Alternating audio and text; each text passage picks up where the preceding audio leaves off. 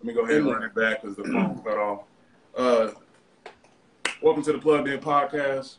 It's your boy Mike Duano. I got my special co-host on behalf of Gasinctv. And today we got a special guest. Me and this guy go back many moons. We all go back many moons, but you know, we all come from the same place.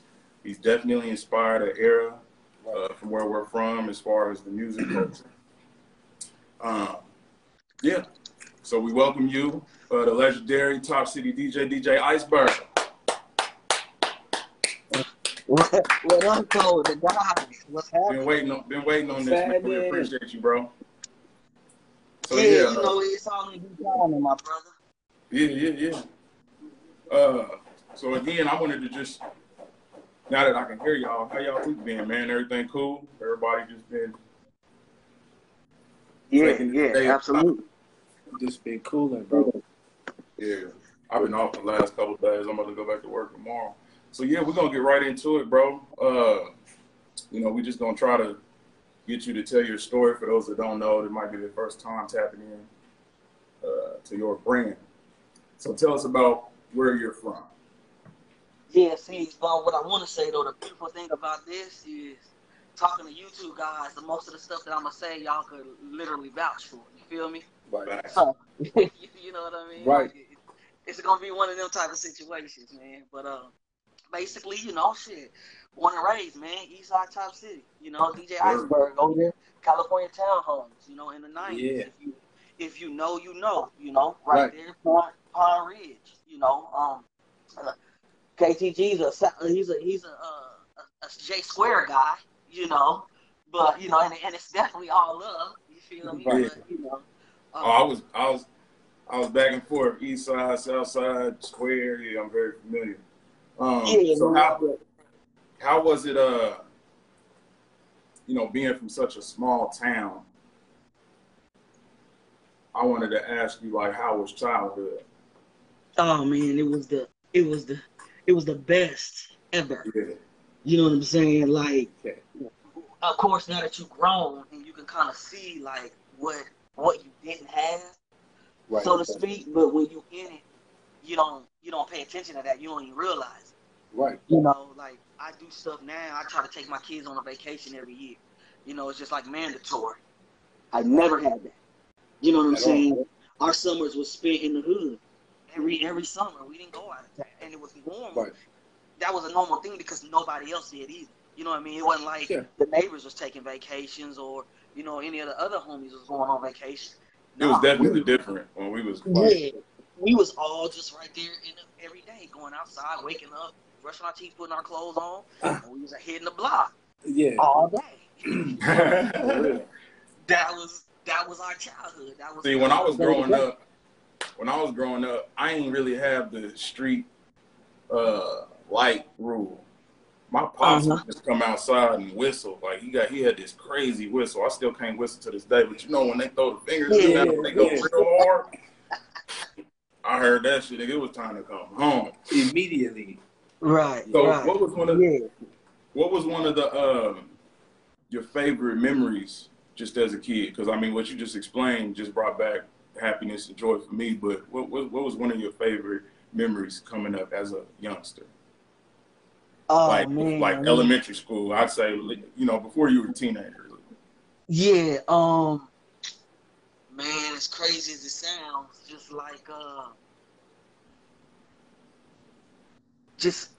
you know, just doing what we did, you know what I'm saying, in the hood, like we made our own everything, you know what I'm saying, so every day was like memorable, playing, you know, what was it, tackling a man with the football, you know what I'm saying, 21, you know what I mean, 21, building clubhouse, tree houses, you know, like it was all of that. You know what I'm saying? All the time. Shit that's unheard of nowadays. Yeah, all we had was a Nintendo, so we had to go out. Yeah, jumping on our bikes and going to Eastgate or going. Did anybody in the hood have a trampoline?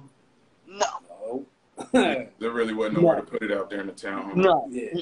Collision had a I don't know if y'all remember the slap too. Basketball goal where when you score the point, you slap the backboard and it keeps the score. Yeah.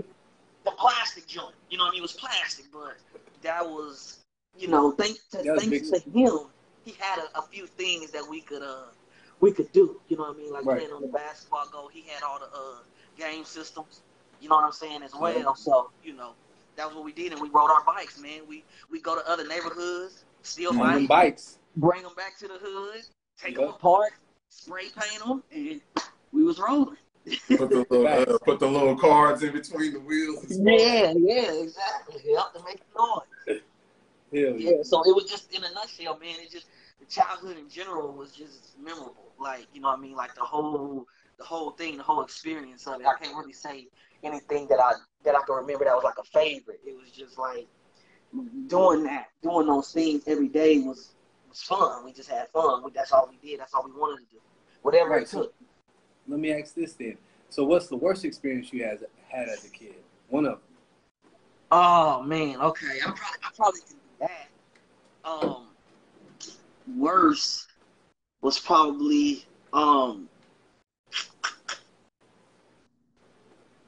when my mom, I'm just gonna say when my mom went to prison. Gotcha. You know what I'm saying? I was in like the first grade.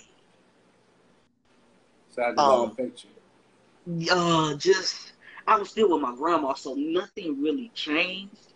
But your mom's your mom. You know what I'm saying? Grandma was a little bit more strict. So with mom, I could get away with a little bit more stuff. Yeah. You know what I'm saying? Yeah, a little wiggle room. Yeah, but Granny didn't play nothing. You know what I'm saying? So like that was one and it wasn't gone that long. It was like 18 months or something like that. It wasn't that long, but still, I was like only in the first grade. So that's something you'll never forget. Yeah. Go ahead, bro. Go ahead. So when you was in school, I know back when we was kids, there was a lot of like YMCA sports like basketball, football. Did you get involved in any of that as a kid? Yeah, in elementary, I played YMCA basketball.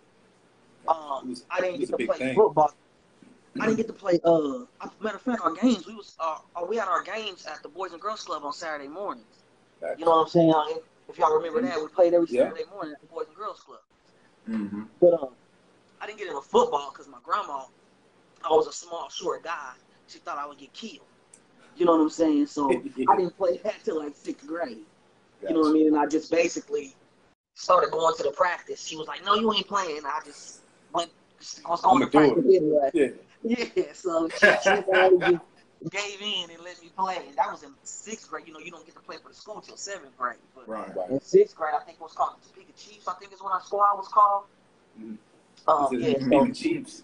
Yeah, I think that's what we practice at Chase. As a matter of fact, on Chase football field was where we practice at. But I played YMCA basketball in elementary school.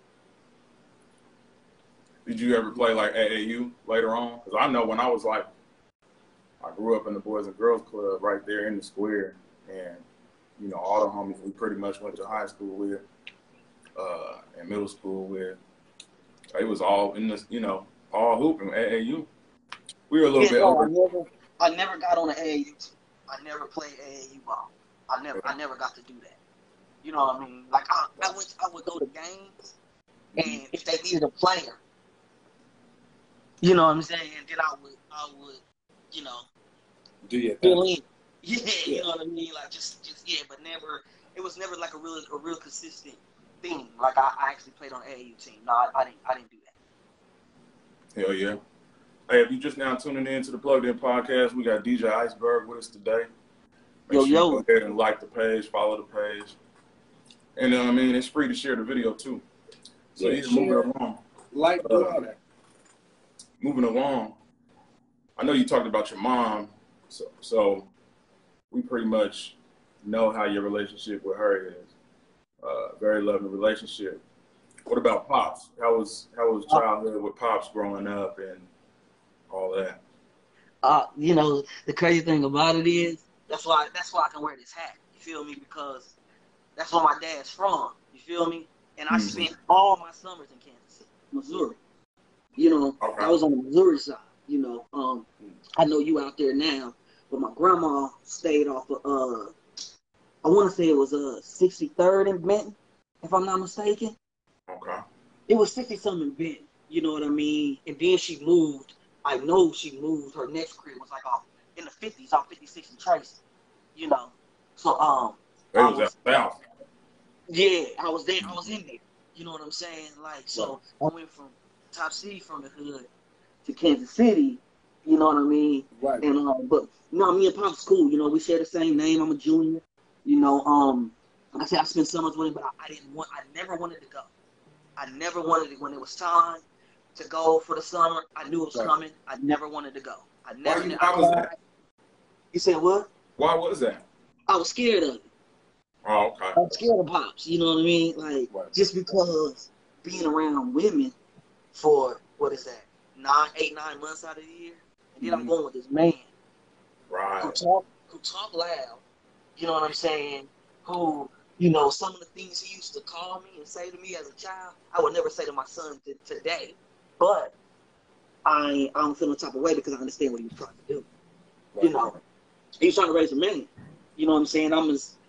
Well, for the longest, I was his only boy. I'm the oldest from my mom and my dad.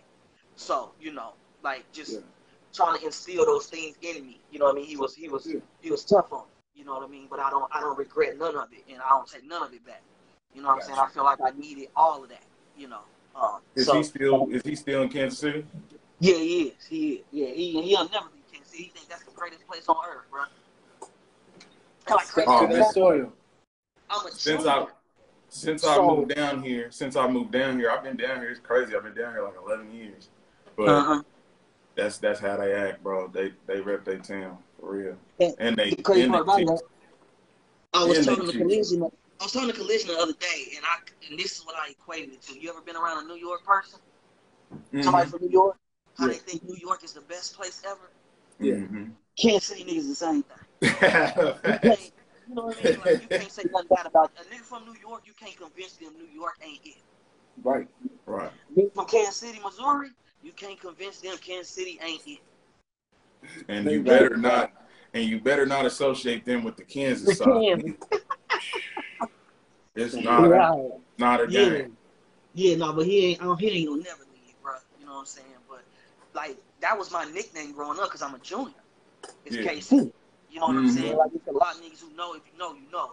But that's where that came from because I was my dad's only boy, and Kansas City was everything to him. So, you know, they say I reminded him I was that to him. You know what I mean? So, nickname growing up.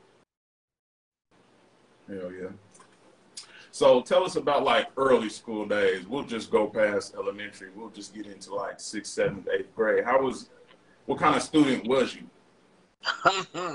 Well, I had to do the 6th grade twice because, like, I left Belvoir. If any of y'all know where Belvoir is, it's not even open anymore. Yeah. You know what I'm saying? They closed it down because it was nothing but niggas. It was sandwiched right there in between the projects. You know, so I left Belvoir Elementary and I went to Eisenhower because one of my cousins was there. You know, and that would have been my first opportunity to go to school with him. You know what I'm saying?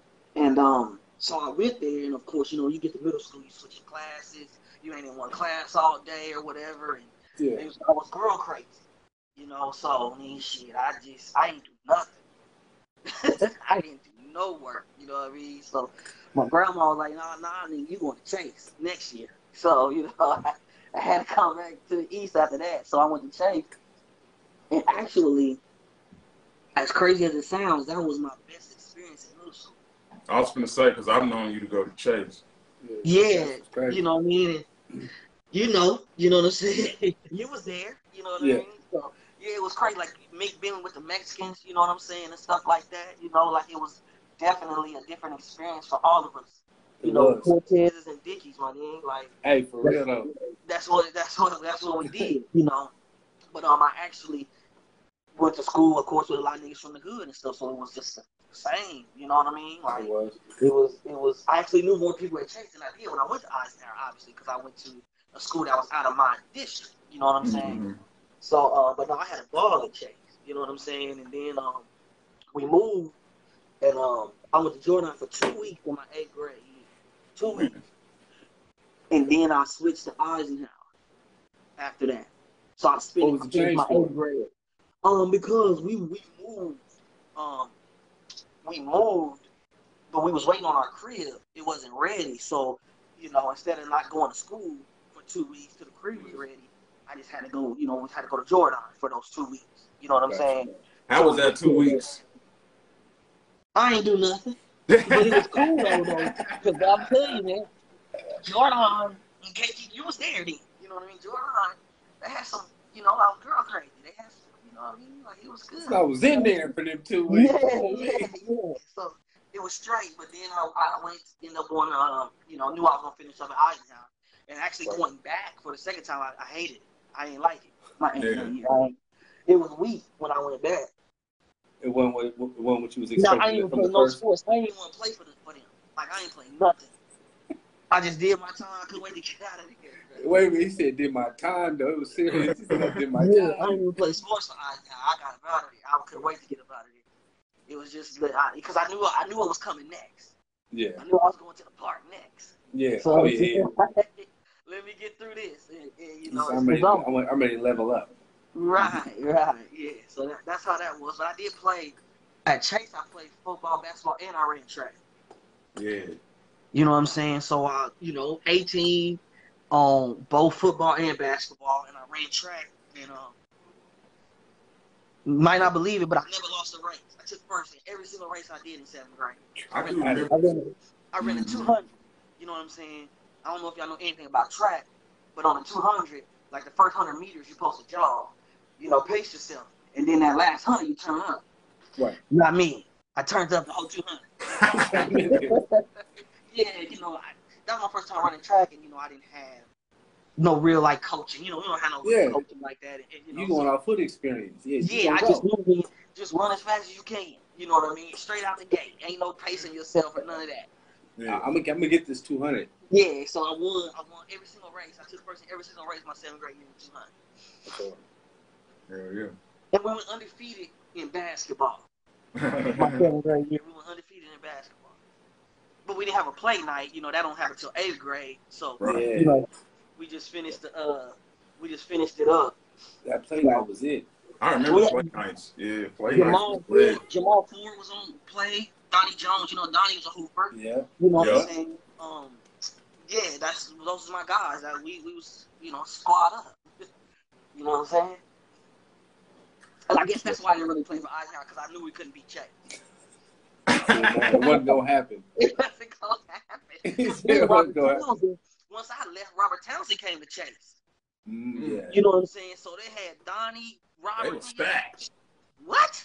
They were stacked. It wasn't happening. Negative.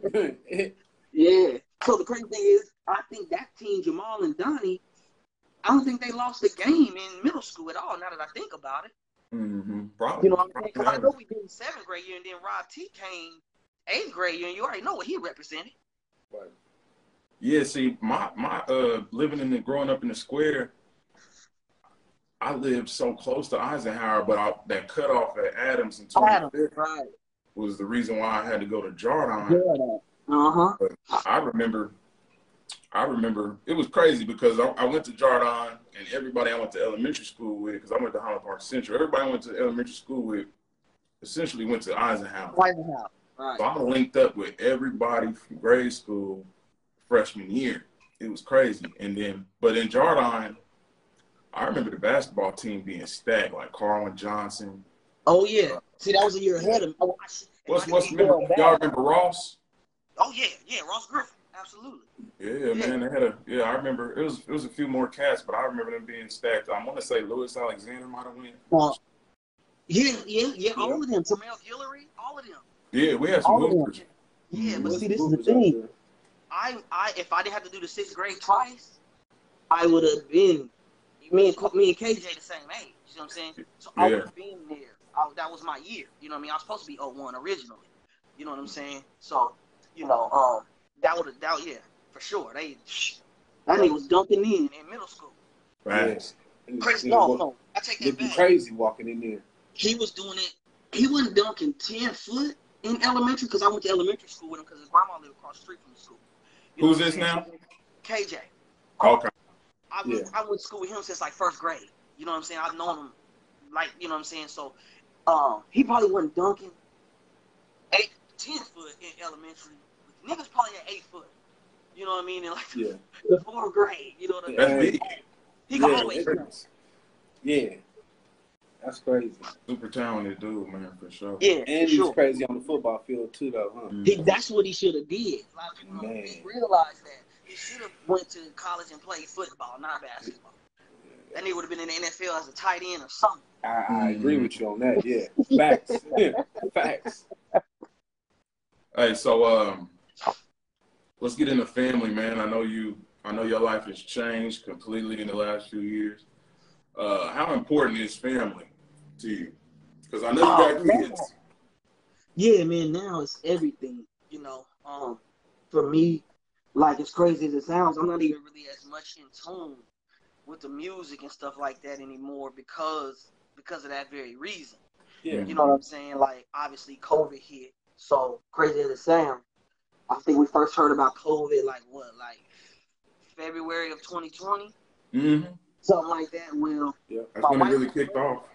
Yeah. My wife was pregnant pretty much through the whole thing.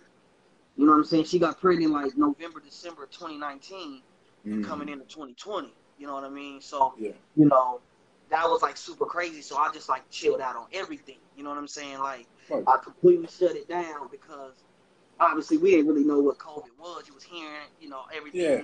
You can't be here. Don't do this. Don't do that. So I just didn't DJ at all. Yeah. You know what I'm saying? And basically, man, we had in the span of like 18, 19 months, we had 2 kids. So, you know, I got a daughter that'll be 2 in August, and my son just turned 4 months. You know what I'm saying? I also have 2 olders. I have a 10 and a 5-year-old. And my 5-year-old and my 2-year-old, them are my 2 girls. I mean, my 5-year-old and my 1-year-old is my 2 girls, and they born on the same day. So they birthday August 12th, so they born on the same day, 4 years apart.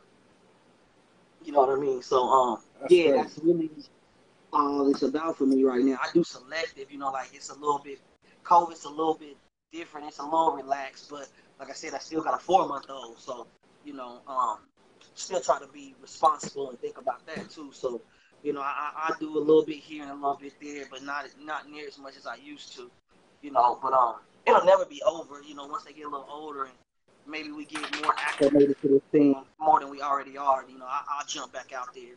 You talking about as far as DJing? Yeah. I'll jump back out there a lot more than I have been.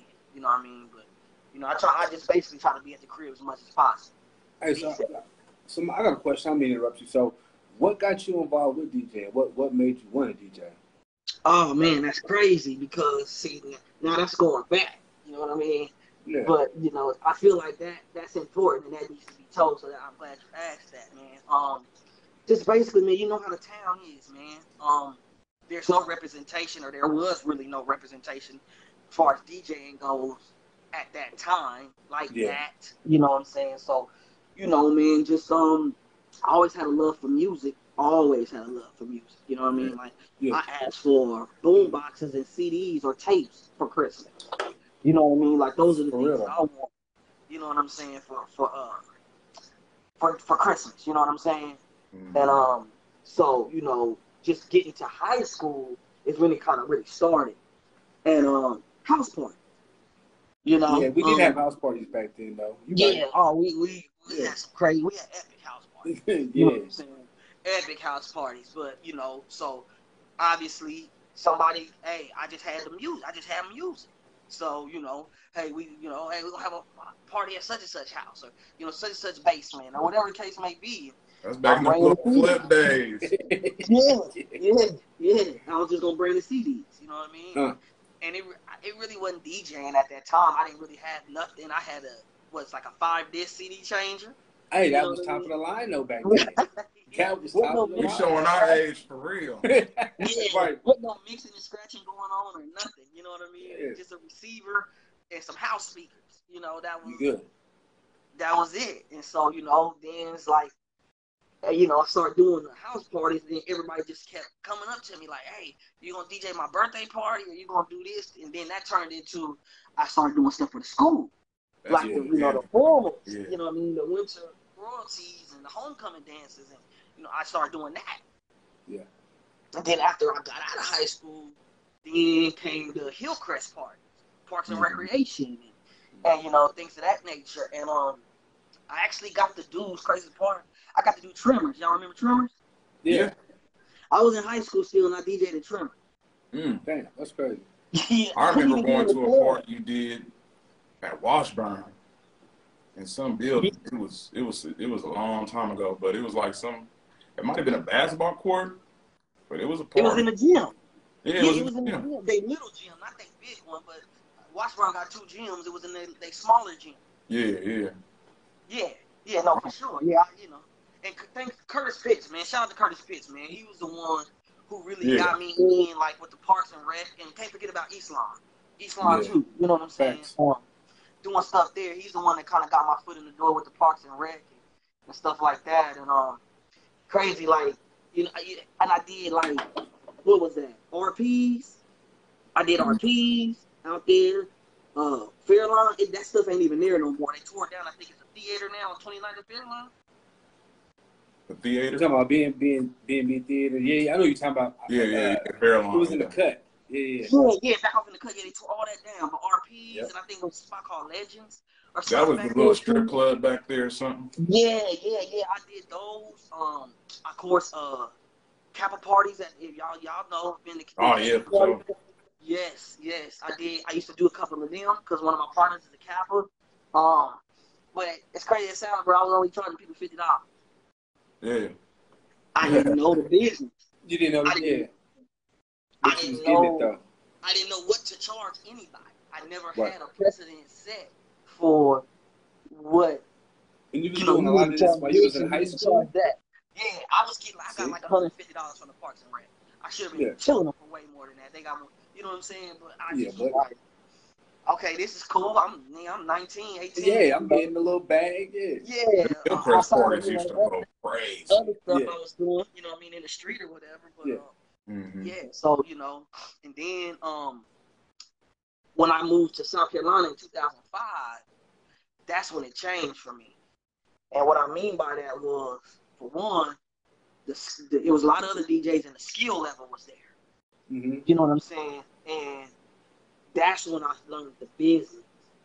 Mm-hmm. You know what I mean? Like what to charge people and things of that, how to go about doing it. You know what I mean? Because like when I first moved here, I would go out, it wasn't to do nothing but watch the DJ.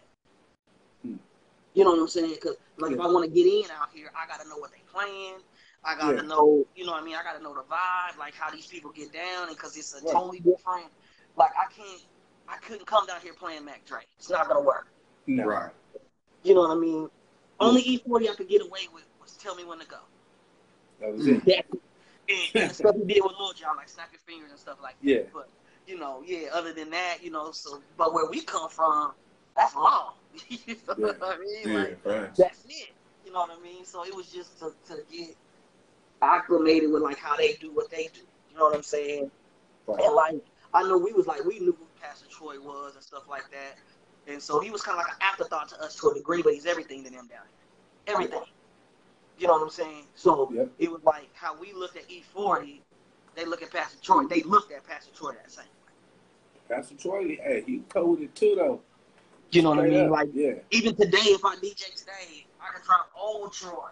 You know what I mean? From way and it's gonna go up. You know what I mean? Like that's just how it is. You know what I'm saying? So just regionally, I had to acclimate myself to that.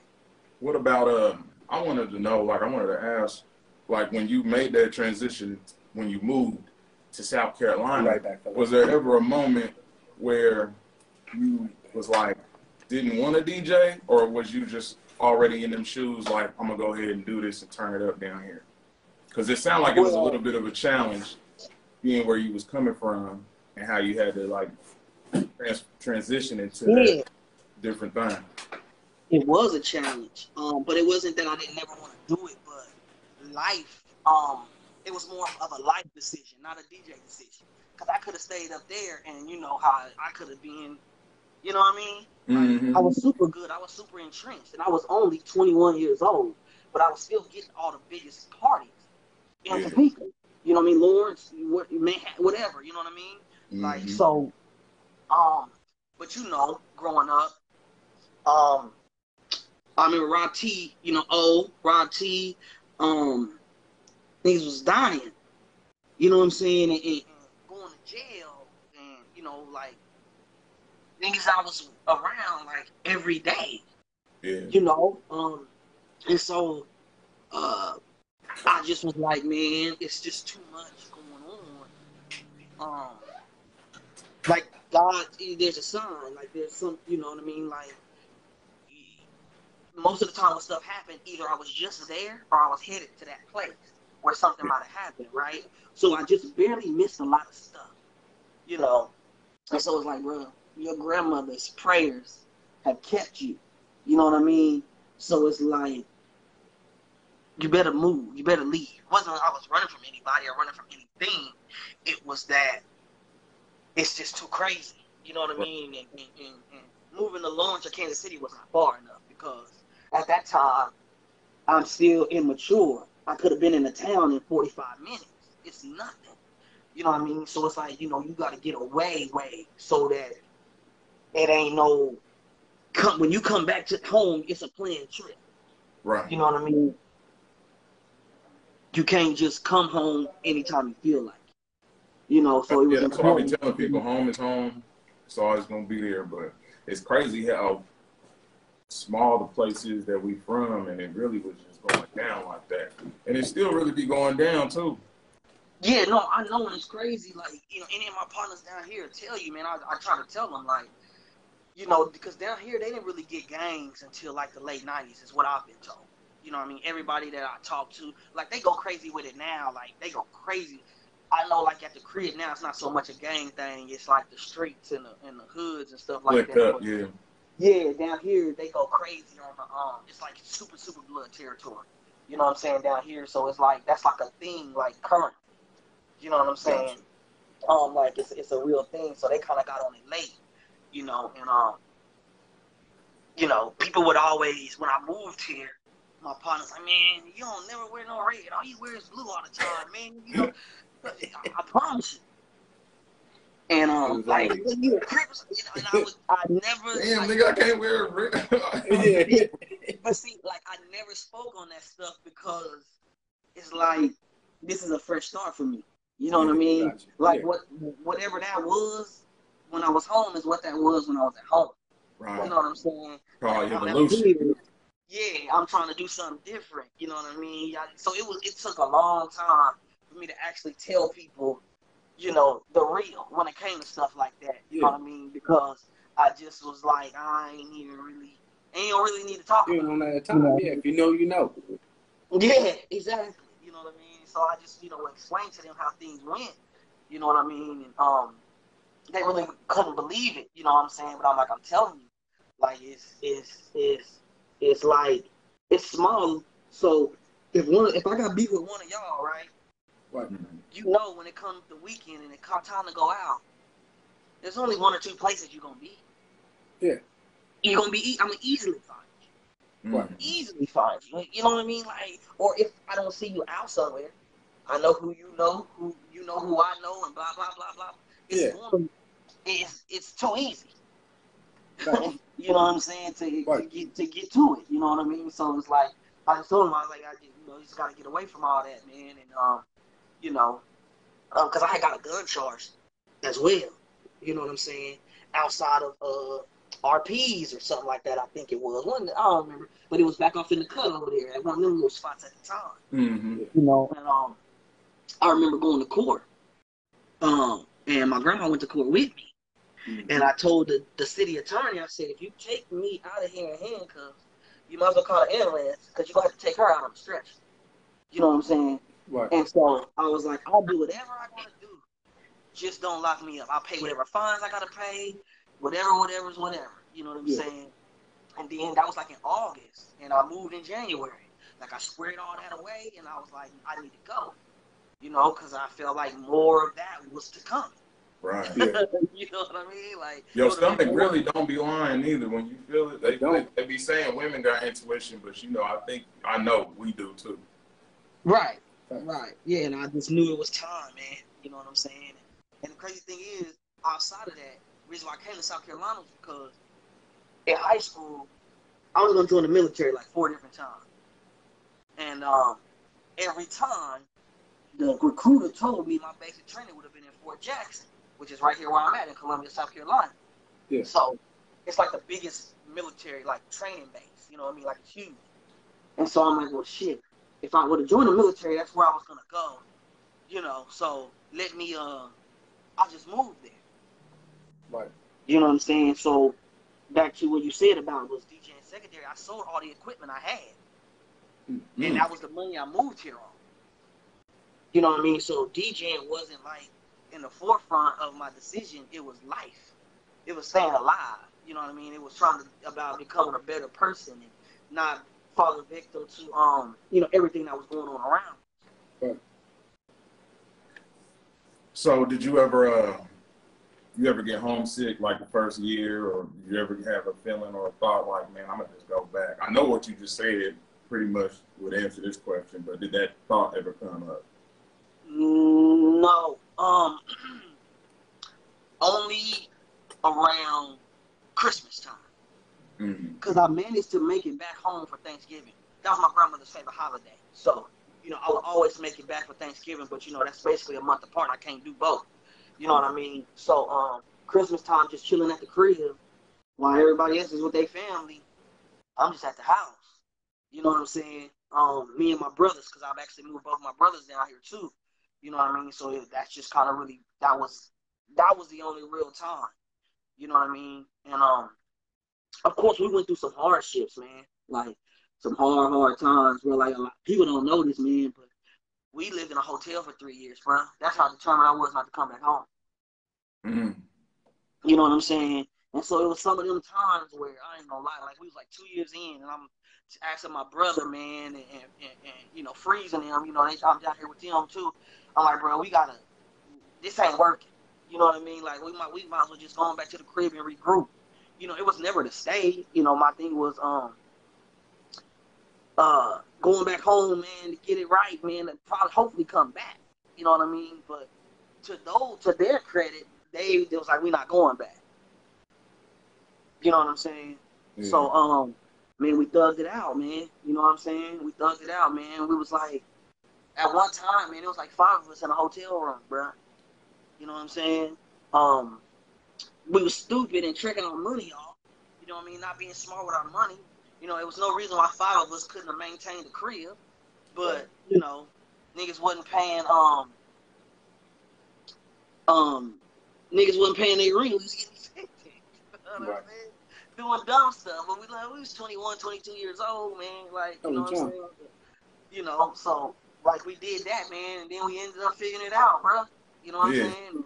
And we stuck in there, man, and now, you know, shit, I own my house, you know, and everybody else that's down here with me, man, they doing good too. So, that's what's up, you know. Let me ask this, man. So you also got another trait, man, the Tent King, man. How did that come about, though?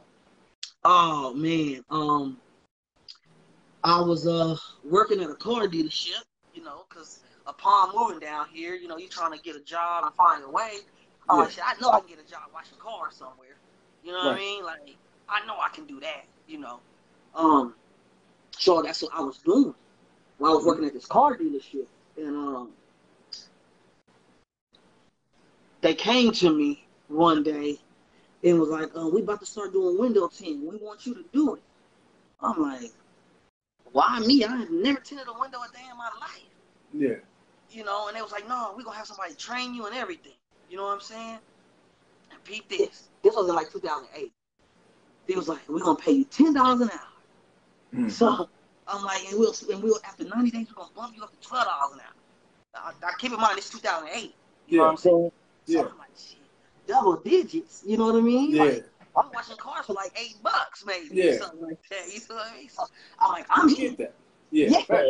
I'm in. So, somebody came, trained me, like they said, spent a week with me. You know what I mean? Showed me the ropes, and immediately, while I was being trained by somebody, my focus immediately from that point forward went to, I want to do that. I didn't want to stay tinting windows. I wanted to move up so that I could travel and get paid to just go from dealership to dealership to teach people how to do window tint. Mm-hmm. So immediately my goal was past tinting windows. It was to get to the level of becoming a trainer, teaching people how to tint windows. You know what I'm saying? So that was my goal from the jump. And you know, I never thought that it could do for me what it has done for me. You know what I'm saying? Like, and then like about a year or two in, people was like, man, you need to start your own business. You know, At this point, I'm like 25, 26 years old. I'm like, man, I'm scared to do that. You know what I mean? Like, I don't know nothing about starting my own business. I don't, you know, where we come from, who owns their own business? You know what I'm saying? Like, so, I didn't at that time, but you know, some years down the road, after I felt comfortable and mature enough and had the knowledge and everything that I needed to have, and I knew how much the dealerships were charging customers to tint their car versus how much they were charging customers to get their windows tinted versus how much they was paying me. Mm-hmm. So it's like, I need to cut them out. Yeah. You know what I mean? Like, I can do this, you know what I mean? Like, on my own, you know? So I ventured out and got from up under the dealerships, working at the car dealerships, to getting contracts with the dealerships. You know what I mean? So I stopped becoming a worker for them and became a partner with them. That's what's up.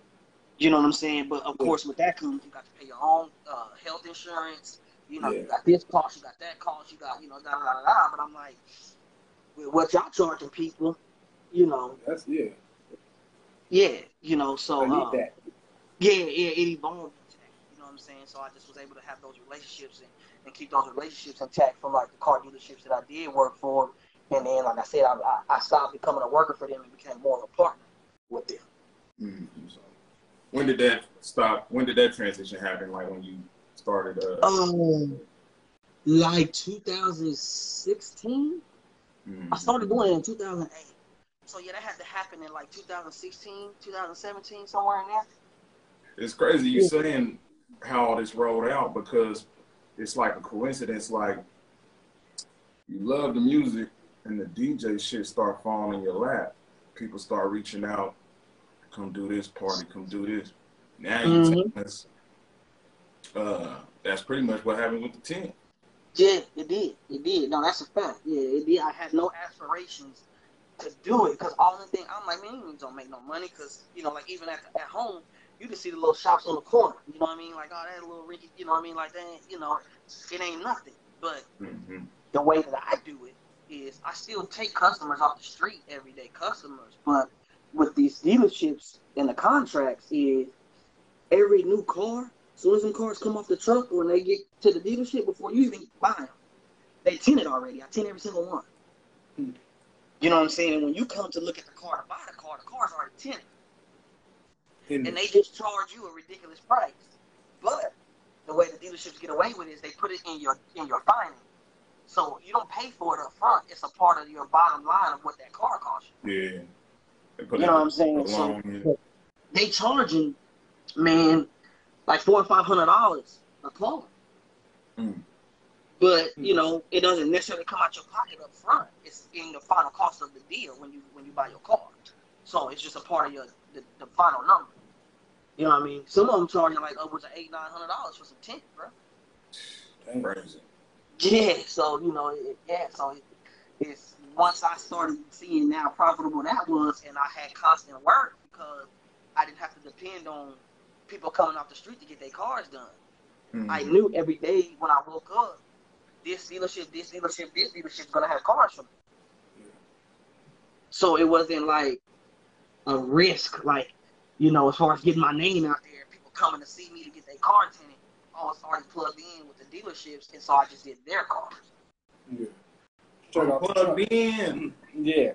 Pretty much. Was you about to ask a question?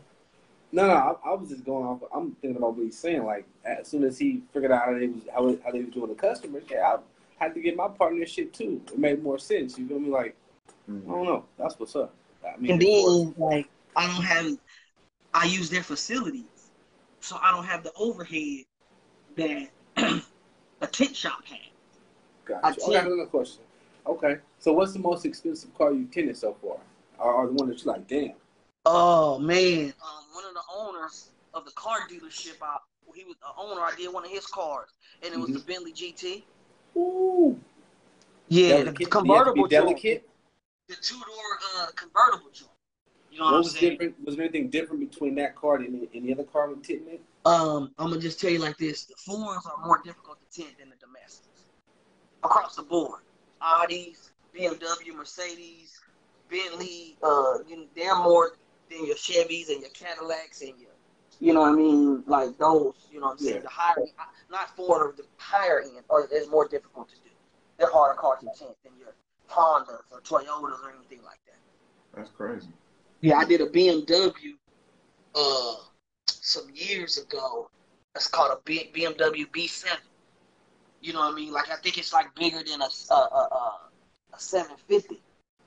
You know what I mean? And it was like, at the time I did it, it was like $225,000 BMW.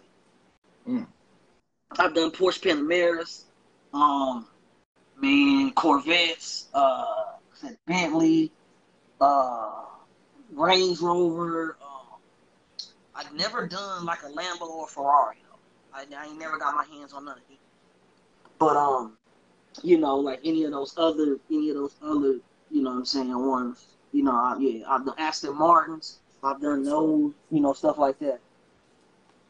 Hey, well, I want to tap back into some questions about your DJ experience, because that is a part of your career. Right. That you're gonna jump back in it when you get a chance. What's because the old era DJ, they ain't really, from what I'm seeing, they ain't really moving like that no more. So what do you think now? Like, if there's a kid watching this and he's inspired to get out there and DJ, what do you think he or she needs to be successful today? You just gotta be plugged in. You know what I mean? Like, you gotta be ear. You know what I mean? Like, you gotta have that. You know what I mean? To keep it real, the talent these days doesn't even really matter anymore. And I know you guys know that kind of across the board, even on the music side. You know what I mean? Like, with technology and things like that. Like I take DJing and window tinting, and I apply the same principles to both of them. Like, of course, I'm with the technology, so now even when I tint windows, I don't have to hand cut it. I have a machine and a computer that cuts it. Cuts all I gotta tell the computer is the year, making, the model of the vehicle that I'm tinting, and it's gonna cut it out. So like with DJing, you got the laptop, you got the and by the way, that machine that I'm talking about is like $5,000 machine. You know what I'm saying? That does that. But you got your controllers, and everything's digital. So it's just press this button to make this, do this, make that. You know what I mean? But I learned how to DJ on vinyl. Like, to me, you can't call yourself a DJ if you can't do that. Right. I can't call myself a window tinter if I can't pull my blade out and cut the window by hand. If I have to rely on technology to make me a DJ or make me a window tinter, how can I really call myself? You see what I'm saying? Yeah. So, so it don't matter what it is. When I pull up, you got turntables, I'll rock those. If you got, a controller, I'll rock that. You know what I'm saying? But for the youngsters, man, it's just about staying in tune with what's in motion right now. Which admittedly, I'm gonna tell you, for the youngsters, I ain't even really that much in tune with what they got going on. You know what I mean? Like, it's hard to follow to me. Yeah. You know what I mean? Like, it's a new rapper every day, bro. You know what I mean? And they like to mention that. I'm 30. I'm about to be 39 next month, but I can't relate to that stuff. You know what I'm saying? Like, that's not my vibe no more. I can't relate to what the youngsters are talking about. You know what I mean? It's different, bro. Yeah, that's not my lane. So I don't even try to do the 21 and up clubs. I'm not your guy. He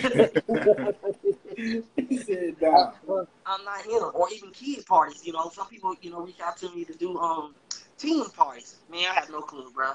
I can't help you with that. I'll tell you somebody that probably can, but that's not me. Get you right, but yeah. Yeah, that's not me. I have no clue. yeah, I just kind of in my, you know, like a hit is a hit. Don't get me wrong. So you know, when those songs reach that level, yes, of course. But you know, these kids nowadays, man, they be, hey, check this cat out, check that out. Who? Oh man, he going crazy. I don't know, right? Oh, exactly, yeah. So you know, maybe I got a son. My son's about to be 11, but he's not that much into music. Yeah. But maybe when he gets, you know, to be a teenager, he can help me with that. You know what I'm saying? Like if he, you know, it's in tune with that type of stuff, he probably can put me on to some stuff. But right now, I don't have anybody in that age demographic like to keep me abreast to like the youngsters. You know what I mean? Like the new ones. Do you have like a top 3, like a Mount Rushmore, but it could be like 3 as far as DJs, or if not, you could do rappers? Yeah, I got both actually. Okay. DJ wise, man, DJ Drama has to go on there. DJ Clue has to go on there, and who am I gonna give the third one to? Drama. Yeah, I got Drama Clue. I'm trying to go up top. You know what I'm saying? Or to the West Coast. For one. So I have to say like Battle Cat. Nice pair. You know what I'm saying? Yeah, you know, those you know, Drama include obviously mixtapes. You know, in my era, you know, like you had the, even in the Midwest, you know, them Clue tapes went crazy. You know what I'm saying? And then Drama with them Gangsta Grills, that was on another level. You know what I mean? Like them Gangsta Grills was albums. They wasn't, you know what I mean? Like they could have been packaged and put in a store and sold as an album, and we got them for free.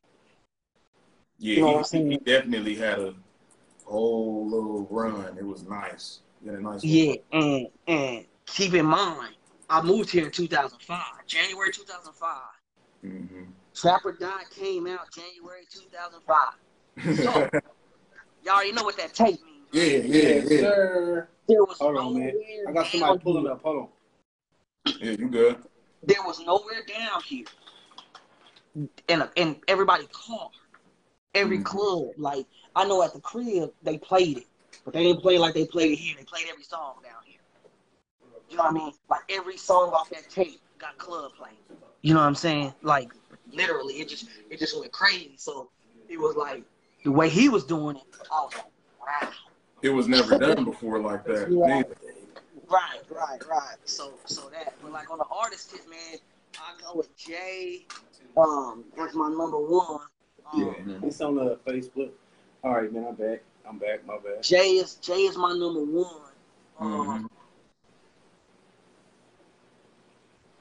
Pac is my number two. And he's not known as a rapper per se, lyricist. When you talk about the whole, what he did as a whole, you can't deny him, and that's Pete. Yeah. You know what I'm saying? Like, so, you know, lyrically, nah, but when you package it all together, you know what I'm saying? The influence on the culture, everything. Yeah. You know, he's a GOAT. You was waiting on that next CD to drop when he was dropping them back to back. You and Buster Miller are two of the main reasons why I turned up No Limit. Like, I was a No Limit fan. Right. But messing around with y'all in a certain time, I really was listening to every album that came out. Yeah. We was going crazy about No Limit. No Limit was Death Row. But that's what we did. Perfect. We did that. No, that's like what we did. And I was just out in Colorado messing with him last week, but I forgot to ask him if he still got the booklet. Because Fam had every CD. Right? Man, he had Mercedes. Yeah. You know, I need a copy. He had the whole discography. He had skullduggery. You feel me? Like, he had every one and kept them in mint condition. No scratches. I had many favorite artists on No Limit, but for me, I mean, it's kind of a tie between like C Murder and Mac. Them was my two dudes, but I love C Murder's my number one. too. I love so many of them, but man, C Murder. Yeah, C Murder's my number one. Yeah. He's my guy. Yeah. What about you, bro? Who was your favorite? Man, I was rocking with Silk, man. You know what I mean? I like Silk. Buster used to go crazy about Silk. Yeah. Buster used to go crazy about Silk. Oh God. Yeah, no, he did, man. He had the game in the chokehold. He had the game in the chokehold. Khalid had the tank. He had to go tank. You feel me? Like he was a golden soldier. Yes, he was a member. He was a member. He was a real member. I had the Ice Cream Man CD, right? Mm-hmm. But what really turned me up was that True to the Game, this 1 and 2. Yeah. You know what I mean? Like after that, the all black CD, I think. Was that the one with the skull faces on it? The 3 skulls on the front. Yeah. Oh yeah. He didn't miss after that. Oh no, not at all. And then at Jordan, my 8th grade years when Ghetto Dog popped, and then it went to the moon after that. Yeah. Oh yeah. Yeah, No Limit had a crazy run. Yeah, and that's why I put him up there, because he was the first to do that. Period. Point blank. Nobody had did that. I agree with you. Every week, on Tuesdays, niggas was leaving school at Island Park to go get the tape. Right. Or you know what I mean? Just skipping school and going to the mall to get the CD. Out of there, going to the mall. Yeah. Double this. Right. But yeah, no, it was crazy though, man. But like I said, all in all, man, it was just coming from where we come from. Like I said, y'all know firsthand, man. It's a unique place, and I would never change anything about that. Like, I'm happy and proud of where I'm from, where I grew up, and how I grew up. You know what I mean? Like, I tell people all the time, like, you say Kansas, man, no black people in Kansas. Like, nigga, what if I told you my school had a daycare in it? You know what I'm saying? Right. Or across the street from my high school, nigga, was a halfway house. Right. Facts. You Facts, know what I though. mean? You ain't like right. Literally. These are real things. Okay, and behind the school, it was 2 projects. Yeah. Mm-hmm. Like that was, but you couldn't tell us nothing. And we had a black principal. So I'm like, nigga, we was lean on me. Yeah, facts, though. It's not lying. And Mr. Keelan has security. We was the poorest school in the city. Yeah, Mr. Keelan. Yeah, we was the poorest school in the city. You know what I'm saying? But when we got on that court, it's something totally different. It was over. You know what I mean? Like, it was over. Yeah, it was. You know what I mean? So it was like, nigga, I'm proud of that. You know what I mean? Like, I know, at times, certain moms wouldn't send their kids to Highland Park because of this and because of that. Like, man, let me tell you something. That was an experience. It taught me more, outside of book stuff, just about life. Like, yeah, I loved high school. Yeah, man. Like, it was an experience, man, that nothing is priceless. Like, you can't pay for that. You know what I mean? Especially when... Go ahead. I was going to ask you.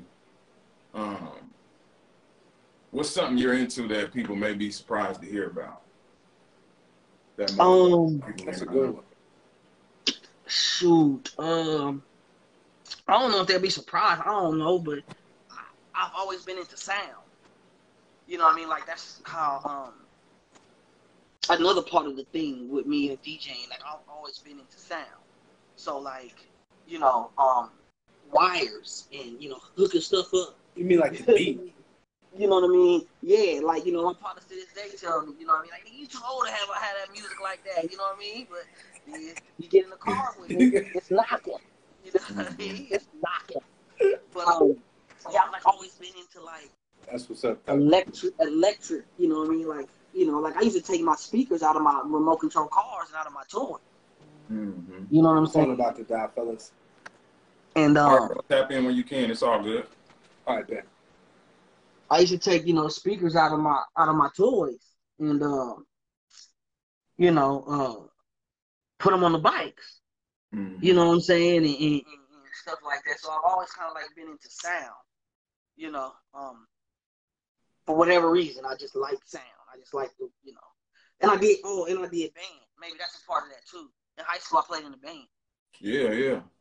You know, and you know how we got down with that was too. Was it the drums you did? Yeah, I did the drums. Yeah. Yeah. And then we switched teachers, and it wasn't fun no more. You know, like when we first got to HP, man, we went crazy. You know what I'm saying? But then we ended up switching teachers. And the crazy part about it is I voted the hiring. You know what I mean? Like, I was like one of the students, like, they had put us on this little thing, and we was a part of the hiring process for dude. I was like, he's young, you know, he's going to be more in tune than what we was. Man, he turned out to be Dr. Lee, bro. You know, shit. You know how we turned up at school? He wanted to do Flight of the Bumblebee. Nigga, we wanted to play the Rough Riders anthem. Mm-hmm. You know what I mean? We wanted to play the Get It Wet, the Twister, the do. You know, we wanted to do that. Right. At the games. You feel me? But he wanted to do Flight of the Bumblebee. Shit. And then I'm surprised you didn't say nothing about this is that Cold Boy, that thing. Oh yeah.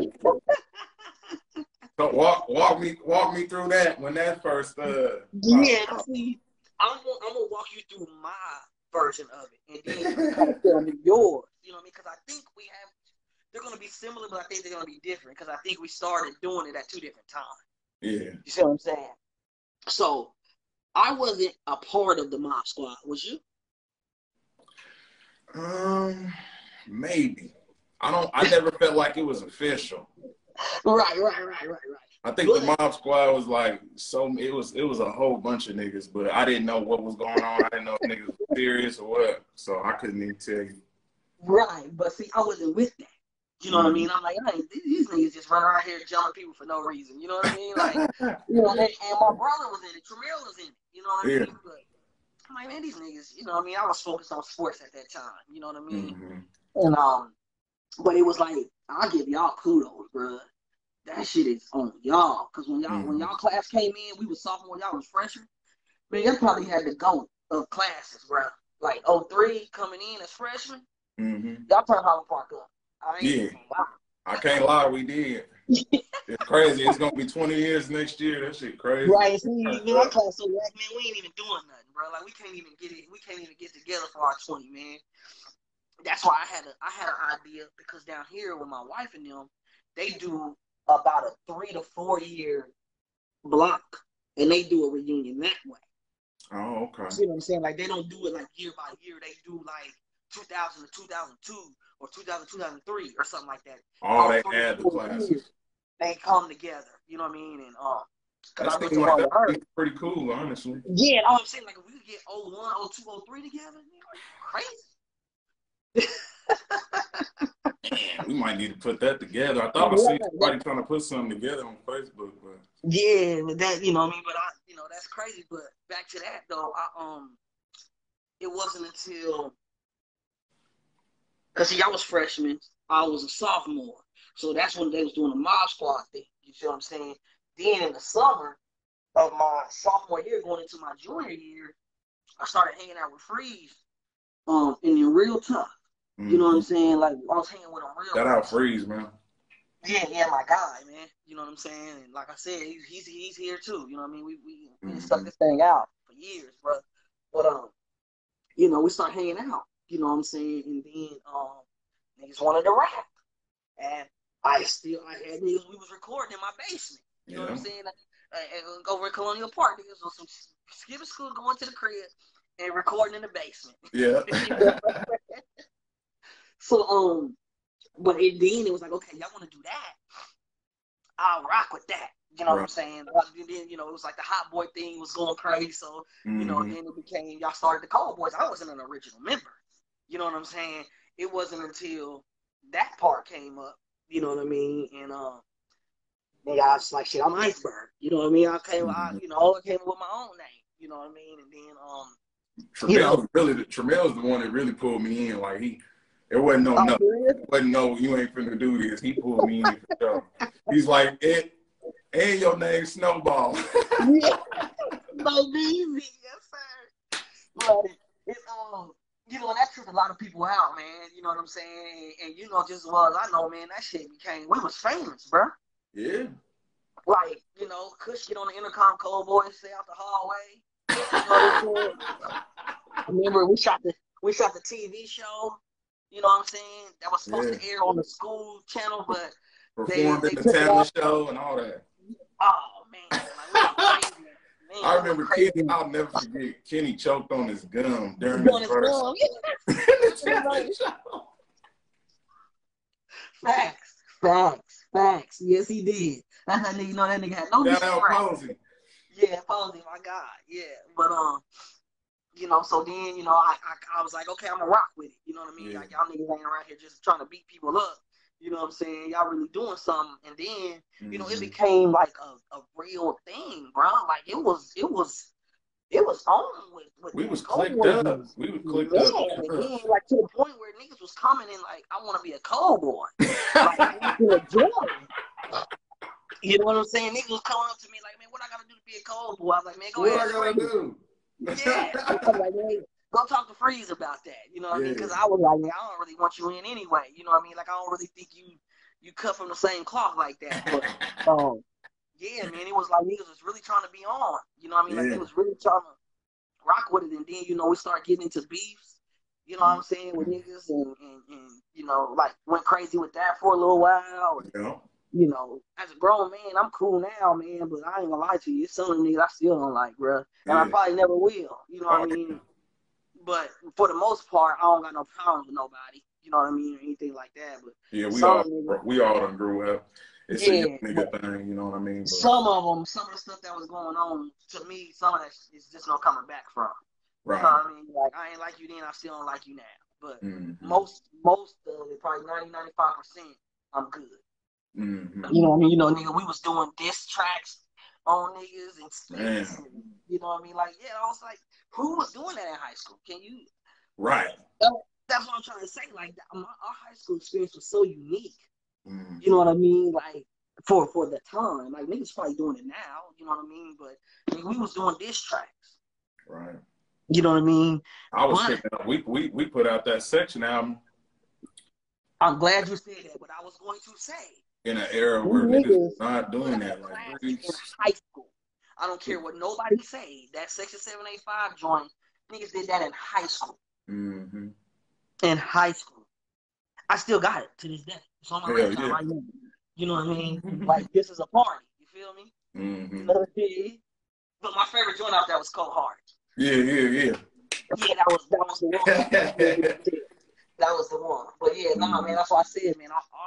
Our experience was one of a kind, man. Like, just us talking about the stuff that we're talking about now and naming all the things that we did in school, bro. Like, nobody, you'd be hard pressed to find somebody that could rival like what we was doing. Yeah, it was different. You know what I'm saying? Like, I got that Facebook memory of it comes up on my thing every so often where, you know, niggas had the camcorder walking through school and was in Miss Wheeler's class and niggas was getting their hair braided, niggas was break dancing over here in the corner, nobody was doing no work. You know, it was like literally like you just had to be there to like really like see that, like, you know what I mean? And like I said, showing people the footage of that stuff, like, nigga, this is what we was doing in school. We wasn't all on our phones and we was really just living. Right, yeah, man. It was a real good high school experience. Right, yeah, for sure. Like I said, I would never trade none of that in. I wouldn't trade my experience with nobody's. Because to me, nobody had a better one than me. You know what I'm saying? Like, that's just my opinion. You know what I'm saying? And we did what we did, man. And you know, thankfully, most of us, you know, R.P. Tweezy, you know what I'm saying, for sure. But most of us came to be some alright guys, man. You know what I'm saying? Like, real responsible dudes, you know, like, that's handling our business and you know, being good men and you know, most of them good fathers and, you know, all that, you know, good type of stuff. A lot of us turned out pretty good. I wanted to ask you, I'm gonna switch it up a little bit. I wanted to ask you about how you feel about this whole YSL thing. Do you think because they pretty much treating these dudes like they are like El Chapo. And then also, I know that the councilwoman or whoever in Georgia just recently came out and said there's going to be like they're picking up Oh, like the two DA, more games the next year. DA, the In the DA next, lady. the DA. Yeah. They're picking up Well, two more in my the next thing, 60 days or something. my thing is this. Um, because they are who they are, is the reason why it's happening the way that it's happening. Yeah. You know what I'm saying? It's they're easily being made an example out of. It's how I feel. You know what I'm saying? Like how they did Vic with the dog. Like really was it that, you know what I mean? Like, but it's because he's Mike Vick, like you're gonna drag him through the mud with it, like, and I'm an animal lover, so I'm not into dog fighting, but I'm just saying, like, I feel like it was trumped up because it was who it was. If it was you or I, it would have never been heard about. You know what I mean? Like, but like with YSL and them, I think Gunna's guilty by association. I don't really think he had anything to do with anything that they were doing. I think Thug and them, maybe not even him, but the rest of them guys, I just think they was really living like that. You know what I'm saying? Like, I don't agree with using the lyrics, in court and stuff like that, but I believe there's some truth to the bars. You know what I'm saying? Like, why do you think that like hip hop is like? Because to me it seems like hip hop's the only genre where something like this is happening. They're not doing it with country music. They're not doing millionaires, rock music. black millionaires. It's just hip hop. So many, because niggas have taken music and it's been able to get. That's how we've gotten out of poverty. Yeah. You know what I'm saying? And we've been able to put people on and feed our families and become rich and They don't want to influential. see that. Yeah. And of course, part of it is our environment too. You know what I mean? Can you just, I know what you said about country and all that, but name a country singer that probably grew up like we grew up though. You know what I mean? So they don't experience that what we've experienced though either. You know what I mean? So, but I think that's all a part of the system. You know what I'm saying? Because, I want you to keep it real with your raps. No rap, no cap in your rap. And this, that, and third. Well, I just like niggas just, everybody ain't selling bricks. Don't get me wrong. But I know a lot of people, they just rap in their reality, man. You know what I'm saying? Yeah. Because I'm not a rapper, but I experienced some stuff. You know what I mean? So I know they did too. And I'm from Topeka, Kansas. You know what I'm saying? Like, I know how they get down in the A, in LA, or, Houston, or wherever. You know what I'm saying? Like, yeah, our experience, black people's experience is definitely different. Yeah, it's one of a kind. It's one I wouldn't trade for nothing. I wouldn't want to be nothing other than what I am, and that's a black man. Period, point blank. With all the trials and tribulations that we may go through, and as hard as it is for us in this world, I wouldn't want to be nothing other than that. You know what I mean? You couldn't ask me to trade places with a white boy. I don't want that. What's your thoughts on Brittany Griner and everything she got going? Because I know I think some white dude just got sentenced to like 14 years. He landed over there in Russia, but he had, I believe he had medicinal CBD. Right. They slapped him with like 14 years. I don't agree with it at all, but their rules are their rules. Right. You know what I'm saying? Like, that's just, and of course it's trumped up because it's Russia, and we beefing with them. You know what I mean? But at the end of the day, I try to explain this to people all the time, man. Other countries don't play with drugs, bro, like we do. They don't play with drugs. And that's not really the country to be playing with right now. Right, that's what I'm saying, because of the beef between the U.S. and stuff like that. So of course they're gonna take it there. You know what I mean? Like, maybe if there was an ally of ours, if U.S. and Russia was cool, I don't even think we'd be talking about this right now. See, somebody told me that Trump and Putin is cool. So if that's true, do you think that things might be a little different with Brittany right now if he was still in office? Well, if it was Trump was in office, for sure, because that's his guy. But that's not, you know what I mean? Like, yeah, but Biden's in office, and Trump was the only one that really messed with Putin. Nobody else messes with him. So, you know what I'm saying?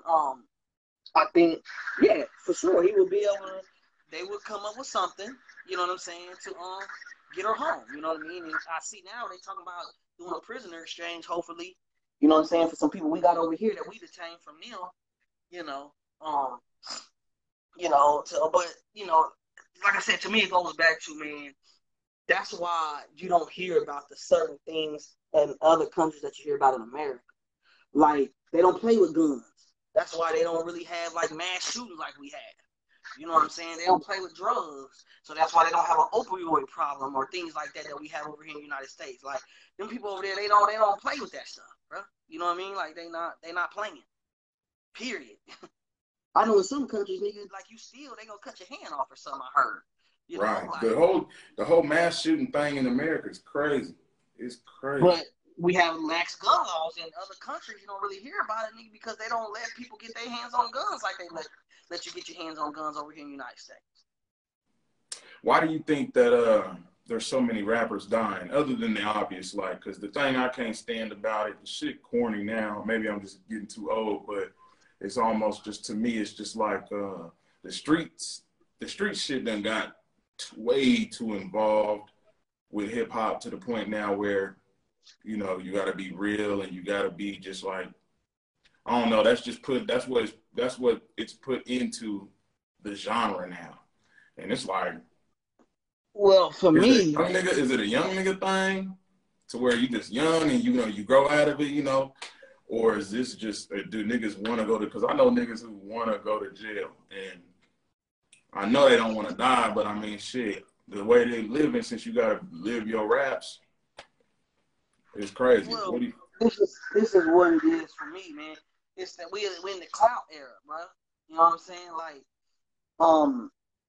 and then, like, if you pay attention, you know, it's always, you know, niggas keeping it real. So keeping it real is not always, like, niggas always die in their hood. You see what I'm saying? So it's like, when you maintain a certain level of success, you can't do the same things you used to do. Because now you immediately become a target.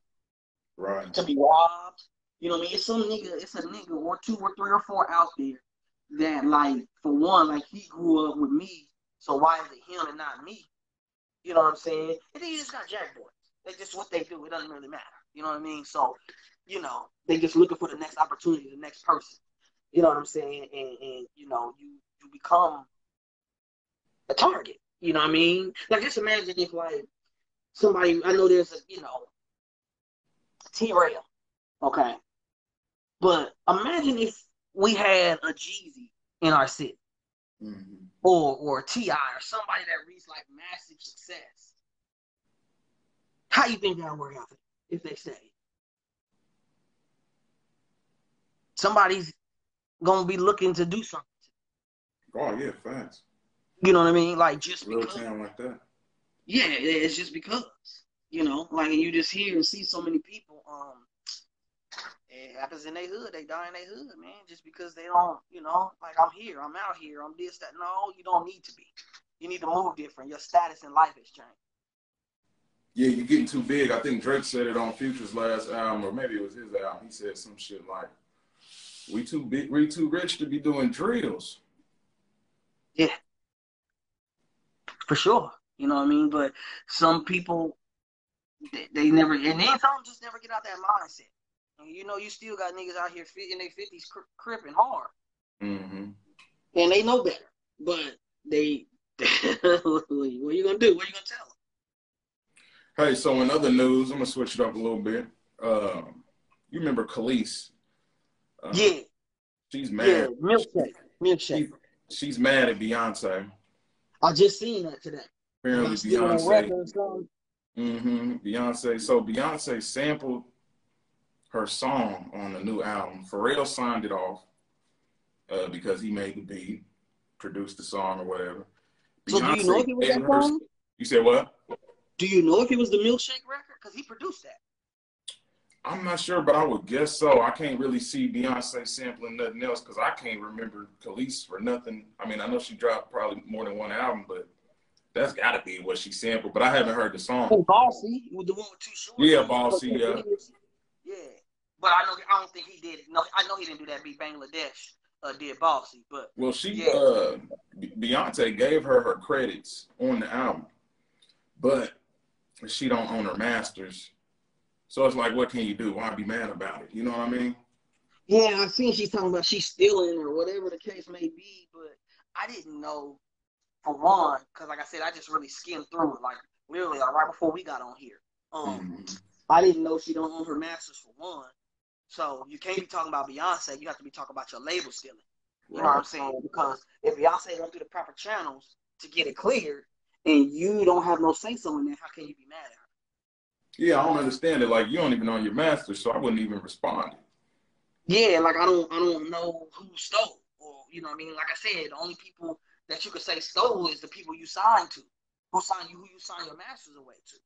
But they technically ain't stole. You signed that over, so legally they did that. But we all know how that goes with people. Of course, in the beginning, you just happen to get a deal, so you're gonna do whatever. You know what I mean? Then 10 years down the line, you're like, oh, they did this, they did that, you know, yada yada yada. But of course, they take advantage because you're vulnerable, so they can get you're poor, you're broke, so they can get you to agree to terms because you're broke and you're poor. But if you was up, you probably wouldn't agree to those terms. And see, I thought she was up because I thought she was getting money off Nas, but you know. Well, I'm saying at the time she signed the deal, not currently. I'm just saying back then when she signed that stuff away, you know what I mean, to whatever label she's on. Yeah, just too vulnerable and just taking it for what it was and looking at it years later. Like, yeah, so if Pharrell clears it, he did the beat, or your label cleared it too, you know, or whatever the case may be. I can't imagine Beyonce doing bad business. I mean, she knows what she got to do to get something clear to put it on the album. You know what I'm saying? So if somebody stole, it's the people you signed to. So the big news today, and we about to wrap it up too, but the big news today is really about the rapper, the Baby, biggest rapper from, you know, South Carolina right now. I guess he got this footage that just came out where he was. Oh, you know, he's North Carolina. He's North Carolina. He's Charlotte. Okay. Which from where I am, real quick, is like driving from Topeka to Kansas City, straight up the road. Okay. Yeah. I lived in Charlotte for a few years. Yeah, that's what I thought. I thought you still lived there. So where you at now? No. I came back to do my own business because I had all the contacts was here in South Carolina. That's who I had all my relationships with. So I wanted to ask you about this whole situation. He's on footage, just like a 70-minute video.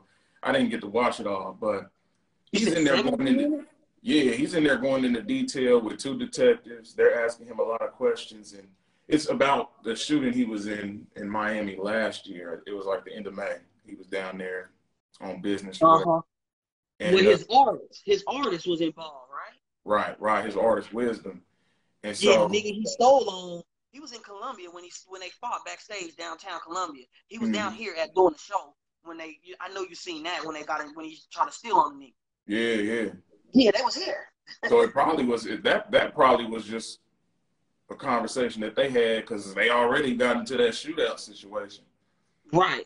Supposedly they said the reason why is because Wisdom had a pistol on him. You know what I'm saying? Try to get into the arena, and I guess he's out on bond from the Miami thing. And Baby's like, nigga, you fucking, I bailed you out. That's my bread. Like, what you doing? Like, what are you doing? Like, you know what I'm saying? Because like I said, it's an hour drive, so I know they just jumped in the Sprinter and came down here. You know what I'm saying? Or whatever to do the show. But so I believe that's where that stemmed from. But yes, that probably comes from the Miami situation. So the question I wanted to ask was, because the internet going crazy, they kind of dragging him right now, trying to say. What is he saying though? What is he saying? I mean, he's saying a lot, bro. I can't even really tell you everything he said, but why? Okay, so why are they dragging? So the internet's trying to say he's snitching on himself, on other people, because he is using names, and I heard him mention how somebody had this gun and they were shooting this one. He said the shooter, he could only identify the shooter as Mexican. So my question to you is, and you can go watch it too, but my question to you is, I probably won't watch all 70, but I'll catch up with them. Yeah, I couldn't watch all 70. I can tell you, if you skip to like the 25-minute mark, it comes up pretty much after that, which is what everybody's talking about. Yeah. So my question to you is would you consider it snitching if somebody is talking like that in an interrogation room, or do they need to stand on trial and actually testify to be a snitch, or does it need to be on paper? I think it's kind of all the same. Yeah. It's worse than the interrogation because at least when you testify, you under oath. Right. In interrogation, you're not obligated to say anything. Yeah, I agree. I feel like it's snitching all the way around, and it's actually worse if you're doing it. Yeah, Like, interrogation. you don't got to be in court. It comes off even worse when there's a paperwork part. You can get in trouble for lying in court. You can't get in trouble for lying in interrogation. Right. You ain't under oath. A lot of people was just saying, like, why isn't he using his right, you know what I mean, to not even participate? And it was kind of crazy. But yeah, you could definitely check it out. Yeah, no, yeah, but yeah, it's all the same. Like I said, I ain't see it, but you know, hey man, you know, that's the thing. That's why I just take entertainment for what it is, because when you in this position, bro, and you up like he up, who really gonna go lay down? Right. Are you? You know what I mean? Like, just keep it a buck. Like, you're not doing that, or you're gonna try your hardest not to do that. I don't think I would just blatantly start saying he did it. You know what I mean? I try my best to like stay out of it, but you know, he's not trying to go to jail. But on the flip side, you wouldn't think that because all the other shit he be getting himself into. But you know, it seems like trouble finds him one way or another. You know what I mean? It's not always his fault. Like even with the dude that tried to break in his crib. He did what he was supposed to do, but my whole point is like, it's always something with you. You see what I'm saying? Like, whether somebody trying to break in your spot or, like, it's always something surrounding you, bro. Always. It's like that with Kodak, too, I feel like. Yeah. I feel like the baby got it a little worse, though. No, he does for sure. He does for sure. I feel like Kodak just keep going to jail type shit. Yeah, as of recently, I don't say the baby do. But Kodak beat that rape thing, I thought. Didn't he? Yeah, he did. Which happened here in South Carolina. Crazy. That you know what I mean? When that whole situation happened, it happened here in South Carolina. But yeah, man, it's just, you know, and then niggas get money, man, and they don't listen to nobody. You know, and they probably got the wrong folks around them sometimes. Well, I say people need them for something, so they're scared to tell them the truth to make them mad, in fear that they'll be X'd out. You know what I mean? Like they're gonna get kicked out, you know, the circle, or miss out on, you know, something. But that's just really what a lot of this stuff boils down to, man, is guidance, man. Like, because, you know, we've lived, and I probably would did some of the stuff Kodak Black did too when I was his age. You feel what I'm saying? But I'm not today. You know what I mean? I'm smarter than that. I'm more different. And that's what they need. Okay, I got a couple more questions, bro. Okay. If you had 3 wishes, like you had a genie, you had a whole genie bottle, and you had 3 wishes, what would they be?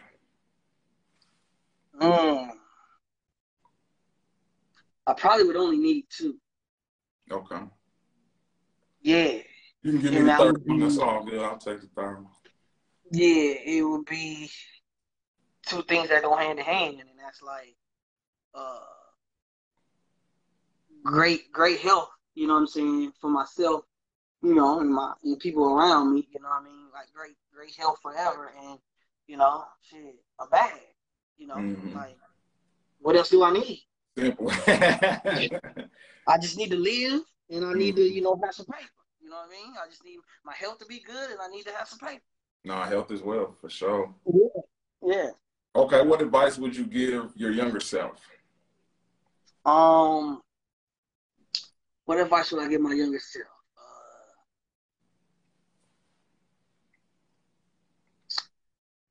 Like, don't, you know, don't get caught up in like the ways of the world. You know what I mean? Like the things that everybody glorifies and stuff like that. Don't make that your mission.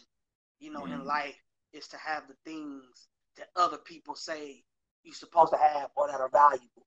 You know what I mean? Like whatever is valuable to you, that's what you should go after. Or whatever means the most to you, go after that. You know what I mean? If you're not into cars, don't buy them.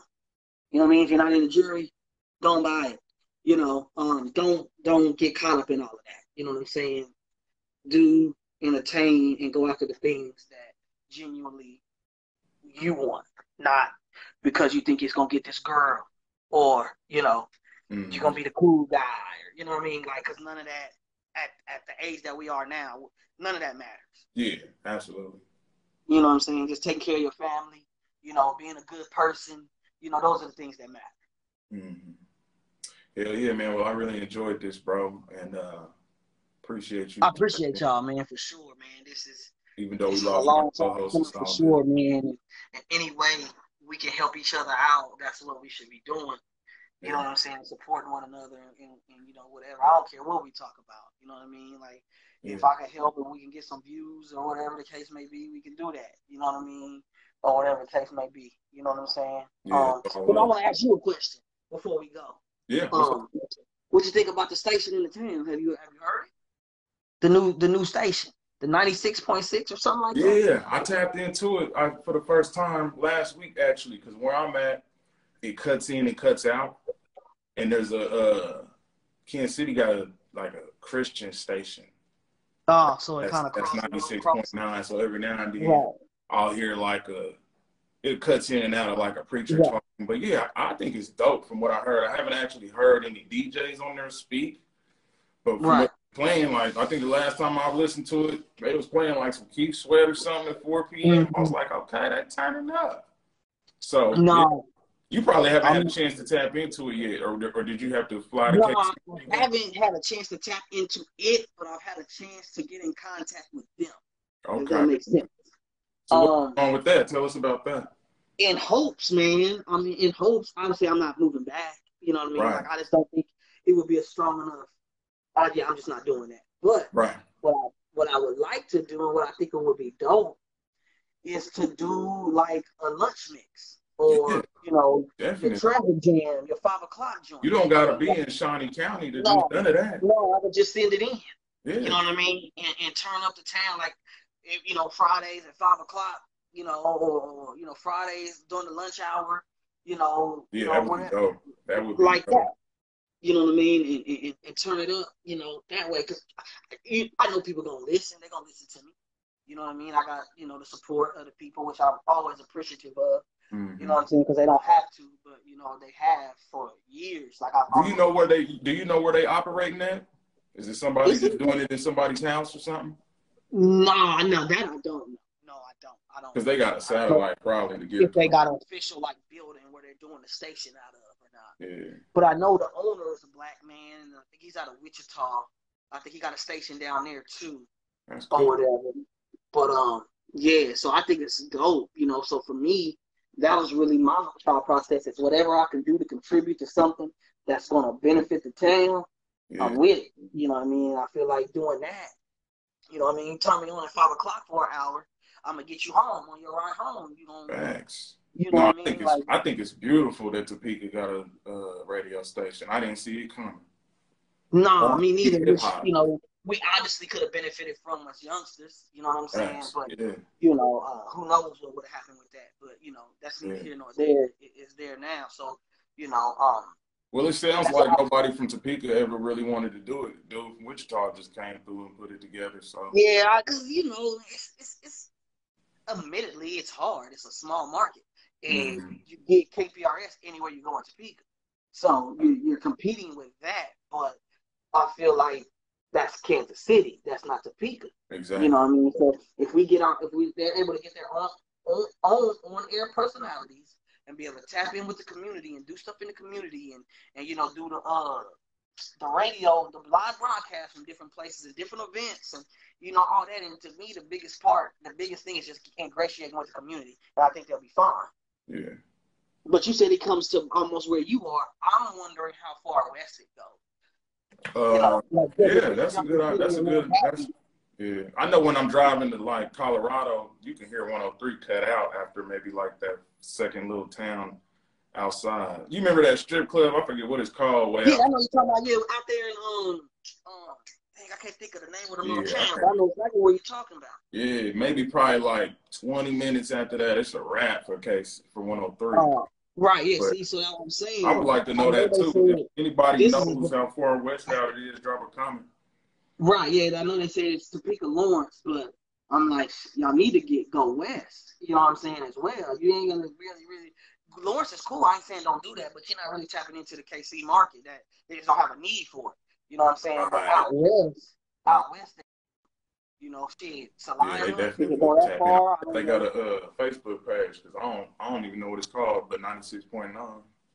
Yeah, but Salina, Junction City, Manhattan, for sure. You know, if you could get into that, that'll bring a whole nother audience to you, and you know, hopefully some more revenue and listeners and things of that nature. And you can even get into them communities, and you know, to me, that's the way to sustain it. Like, Yeah.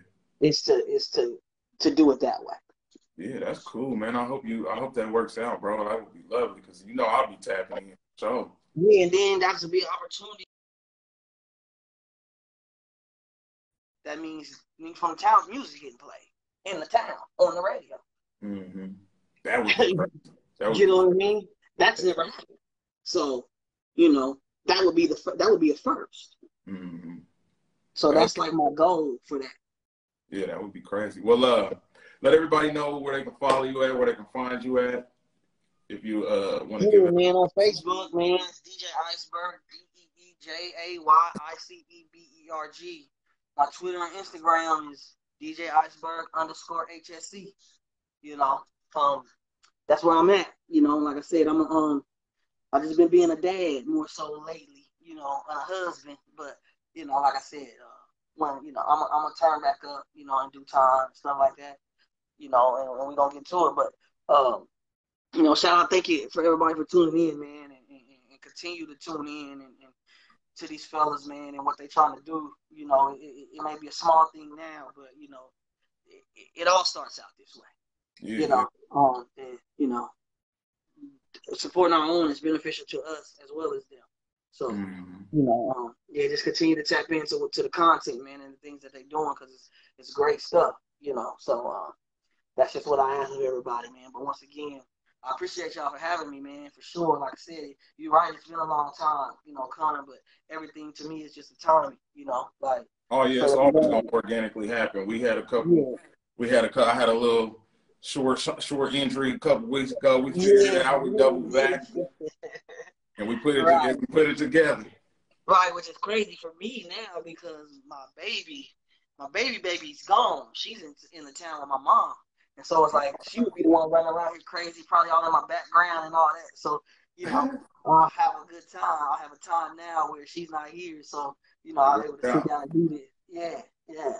So, you know, it's all good, brother. But no, I appreciate it, man. You know, we're gonna link, man. We're gonna stay in touch, man. I'm gonna stay tapped in and what y'all got going on, brother.